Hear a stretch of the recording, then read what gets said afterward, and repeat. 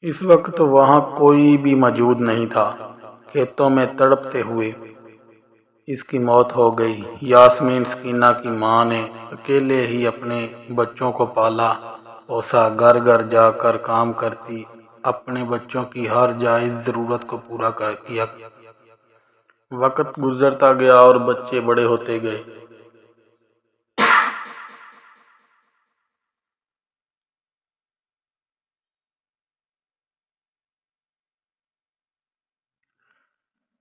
سکینہ سب سے چھوٹی تھی، لیکن ریاض اور نیلم سے پہلے اس کا رشتہ ہو گیا اور وہ لاہور سے رخصت ہو کر راولپنڈی آ گئی۔ شادی کے شروع دنوں میں ساس کا رویہ اچھا تھا، لیکن آہستہ آہستہ سکینہ کو کبھی جہیز کے تانے ملتے تو کبھی کام چوری کے۔ سارا دن ساس خود باتیں سناتی اور رات کو راشد کے آنے کے بعد اسے بھی سکینہ کی شکایتیں لگاتی، جس کے بعد گالیوں کا نام ختم ہونے والا سلسلہ شروع ہو جاتا۔ سکینہ کے بچوں میں سب سے بڑی عائشہ تھی۔ اس کی پیدائش کے وقت ساس بہت خوش تھی کہ پوتا آنے والا ہے، لیکن سکینہ کو نہیں پتا تھا کہ بیٹی پیدا کر کے اس نے کون سا گناہ کر دیا جو اب اسے گالیوں کے ساتھ ساتھ چھوٹی چھوٹی سی باتوں پہ مار بھی پڑتی۔ اور سکینہ اور فاطمہ کی پیدائش پہ تو انہوں نے باقاعدہ رونا شروع کر دیا۔ راشد آ دیکھ بیٹا، ایک اور لڑکی پیدا کی ہے اس نے، مجھے تو لگتا ہے میں کبھی اپنے پوتے کا منہ نہیں دیکھ سکوں گی، یہ حسرت میں دل میں لیے ہی قبر میں چلی جاؤں گی۔ سکینہ نے روتے ہوئے راشد سے کہا، جو ابھی دکان سے آیا تھا، اماں میں کیا کروں، اب تو نے ہی اس منحوس عورت سے میری شادی کروائی ہے۔ راشد نے جواب دیا، اور واقعی پھر کچھ ہی عرصے میں سکینہ کی ساس اس دنیا سے چلی گئی۔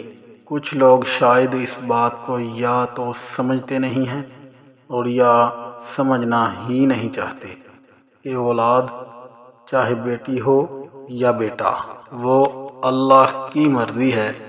اگر بیٹا نعمت ہے تو بیٹی بھی اللہ کی رحمت ہے۔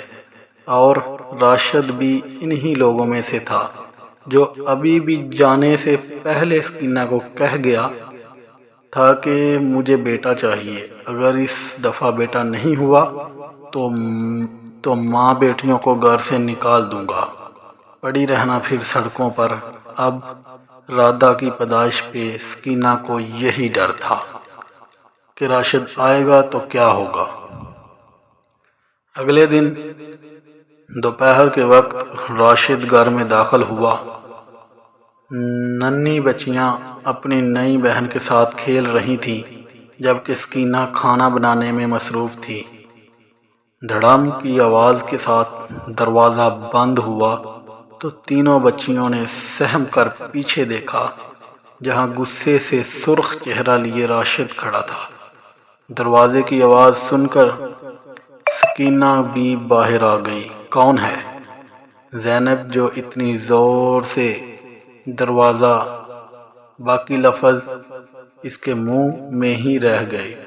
راشد غصے سے دیکھتا ہوا سکینہ کی طرف آیا۔ السلام علیکم راشد، آپ آ گئے؟ کھانا۔ اس سے پہلے کہ سکینہ کچھ کہتی، راشد کی گرجدار آواز گونجی، بکواس بند کر، اپنی اور دفع ہو جاؤ میرے گھر سے۔ کہا تھا نا میں نے کہ مجھے بیٹا چاہیے، لیکن تم منحوس عورت ہو، تم کبھی بیٹا نہیں پیدا کر سکتی۔ اور تم تینوں کیوں رو رہی ہو؟ زندہ ہیں، ماں تمہاری ابھی مری نہیں ہے۔ آخر میں اپنی بیٹیوں کو بھی ڈانٹا، جو باپ کو غصے میں دیکھ کر رو رہی تھی۔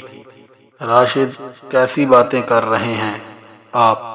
یہ سب میرے بس میں نہیں، یہ اللہ کے کام ہیں۔ وہ رب کسی کو بیٹا عطا کرتا ہے، کسی کو بیٹی، اور جس کو چاہتا ہے بے اولاد رکھتا ہے۔ ایسے بھی لوگ ہیں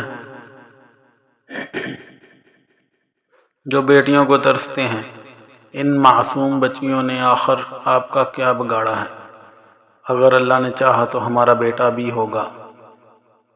زیادہ مولانی صاحبانہ بننے کی ضرورت نہیں، تم منحوس ہو، تم مجھے کبھی بیٹے کی خوشی دے ہی نہیں سکتی۔ سکینہ آنکھوں میں آنسو لیے دروازے کو دیکھ رہی تھی جہاں سے وہ ظالم انسان ابھی جا چکا تھا۔ رادھا کی پیدائش کے بعد اب راشد کچھ زیادہ ہی سخت ہو گیا تھا۔ 2 وقت کی روٹی تو بیوی بچوں کو دیتا تھا، لیکن اگر اس کے علاوہ کسی اور چیز کی ضرورت ہوتی تو سکینہ اور بچوں کو اسے کہتے ہوئے بھی ڈر لگتا، کیونکہ راشد غصے میں آ کے گھر کی چیزیں توڑنا شروع کر دیتا۔ اگر سکینہ کبھی کہتی تو اسے اور بچوں کو بھی مارتا۔ اس سب سے تنگ آ کر سکینہ نے خود کپڑے سینے شروع کر دیے۔ اس طرح جو چند پیسے اسے ملتے، ان پیسوں سے اس نے اپنی بیٹیوں کو ایک سرکاری اسکول میں داخل کروایا۔ اولاد دینا اللہ کے سوا کسی کے اختیار میں نہیں۔ تمام بادشاہت اللہ کی ہے، آسمانوں کی بھی اور زمین کی بھی۔ وہ جو چاہتا ہے پیدا کرتا ہے، جسے چاہتا ہے بیٹیاں عطا کرتا ہے اور جسے چاہتا ہے بیٹے بخشتا ہے، یا ان کو بیٹے اور بیٹیاں دونوں عنایت فرماتا ہے، اور جس کو چاہتا ہے بے اولاد رکھتا ہے۔ وہ تو جاننے والا اور قدرت والا ہے۔ بے شک اولاد دینا صرف اور صرف اللہ کے اختیار میں ہے۔ جب رادھا 3 سال کی ہوئی، اللہ نے سکینہ اور راشد کو ایک ساتھ 2 بیٹوں سے نوازا۔ سکینہ تو خوش تھی، لیکن راشد کی خوشی کی کوئی حد نہیں تھی۔ سکینہ نے اسے زندگی میں کبھی اتنا خوش نہیں دیکھا تھا۔ عائشہ، زینب، فاطمہ اور رادھا بھی بہت خوش تھیں۔ ان کا یہ بھی خیال تھا کہ اب ابو کا رویہ ہمارے ساتھ ٹھیک ہو جائے گا، مگر یہ محض خیال ہی رہا، کیونکہ ریحان اور ایان کی پیدائش کے بعد بیٹیوں کے ساتھ راشد کا رویہ اور سخت ہو گیا۔ وہ بیٹوں کو تو سر پر بٹھا کر رکھتا تھا، جبکہ بیٹیوں کو کم تر سمجھتا۔ ہر وقت ڈانٹ ڈپٹ کرتا۔ بہنوں کے ساتھ باپ کے رویے کو دیکھتے دیکھتے ریحان اور ایان کا رویہ بھی ان کے ساتھ خراب ہوتا گیا۔ چاروں بہنیں ان سے بڑی تھیں، لیکن وہ دونوں اپنی بہنوں کا بالکل بھی احترام نہ کرتے۔ اگر سکینہ ڈانٹتی تو راشد سکینہ سے لڑتا۔ ان دونوں کے لیے وقت کے ساتھ ساتھ وہ دونوں جتنے بڑے ہوتے گئے اتنے ہی بدتمیز بھی ہو گئے۔ نہیں بھائی، میں راشد سے پوچھ کر آپ کو فون کروں گی، ابھی کچھ نہیں کہہ سکتی۔ سکینہ اپنے بھائی سے بات کر رہی تھی۔ ریاض، جو کہ سکینہ کا بھائی تھا اور اس کے بیٹے کی شادی تھی، وہ سکینہ کو بھی شادی میں آنے کی دعوت دے رہا تھا۔ شادی کے بعد سکینہ کا کہیں بھی آنا جانا بہت کم ہو گیا تھا۔ وجہ تھی راشد کا رویہ۔ وہ سکینہ کو کہیں جانے نہیں دیتا تھا، لیکن اب بھائی کے بار بار اصرار کرنے پہ اس نے سوچا ایک دفعہ راشد سے پوچھ لیتی ہوں، شاید اجازت دے دے۔ بچے بھی اتنے سالوں بعد ماموں اور خالہ سے ملنے کو بے تاب تھے، اس لیے انہوں نے بھی ماں کی منتیں شروع کر دی۔ امی پلیز آپ ابو سے آج ہی پوچھنا۔ یہ عائشہ تھی جو جانے کے لیے کچھ زیادہ ہی بے تاب تھی۔ اللہ کرے ابو اجازت بھی دے دیں۔ زینب نے بھی اپنی دعا شامل کی۔ اچھا اب بس بھی کر دو، آج کرتی ہوں تمہارے ابو سے بات، اب سو جاؤ۔ رات کو راشد کے آنے کے بعد سکینہ نے بات شروع کی، لیکن راشد نے پہلے تو صاف انکار کر دیا، مگر پھر سکینہ کے بار بار اصرار کرنے پر وہ اس شرط پہ مانا کہ ایان اور ریحان دونوں راشد کے پاس ہی رہیں گے۔ چاروں بیٹیوں اور سکینہ کو اجازت مل گئی تھی جانے کی۔ ایان اور ریحان تو ویسے بھی باپ کے پاس زیادہ خوش رہتے تھے۔ صبح ہفتے کا دن تھا۔ جب سب بچیوں کو پتہ چلا کہ انہیں جانے کی اجازت مل گئی ہے اور وہ سب خوشی خوشی سامان باندھنے میں مصروف ہو گئے، یہ جانے بنا کہ یہ سفر کچھ لوگوں کی زندگی بدل دینے والا ہے اور کچھ کی زندگی ختم کرنے والا ہے۔ تو دوستو